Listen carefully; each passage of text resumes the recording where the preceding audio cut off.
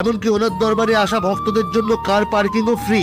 সব ধর্মের মানুষ ওনার কাছে যায়। মন্দির পরিষদে অনেকগুলো জলের কল আছে, কিন্তু একটি এমন কল আছে যেটা থেকে চমৎকারী জল বেরোয়। এই জল বাবাজি মন্ত্র পড়ে খাইয়ে দিলেই সমস্ত রোগ ভালো হয়ে যায়। লোকে এখানে অ্যাম্বুলেন্সে এসে জল খেয়ে পায়ে হেঁটে বাড়ি যায়। এখানে যে কোনো ভক্তকে ডেকে যদি জিজ্ঞেস করেন, প্রত্যেকেই বলবে যে শুধুমাত্র এক ঢোক জল খেয়ে তাদের কঠিনতম রোগ নিমেষে ভালো হয়ে গেছে। একজন ডক্টরের কথা অনুযায়ী তার এক পেশেন্টের দুটো কিডনি ড্যামেজ ছিল।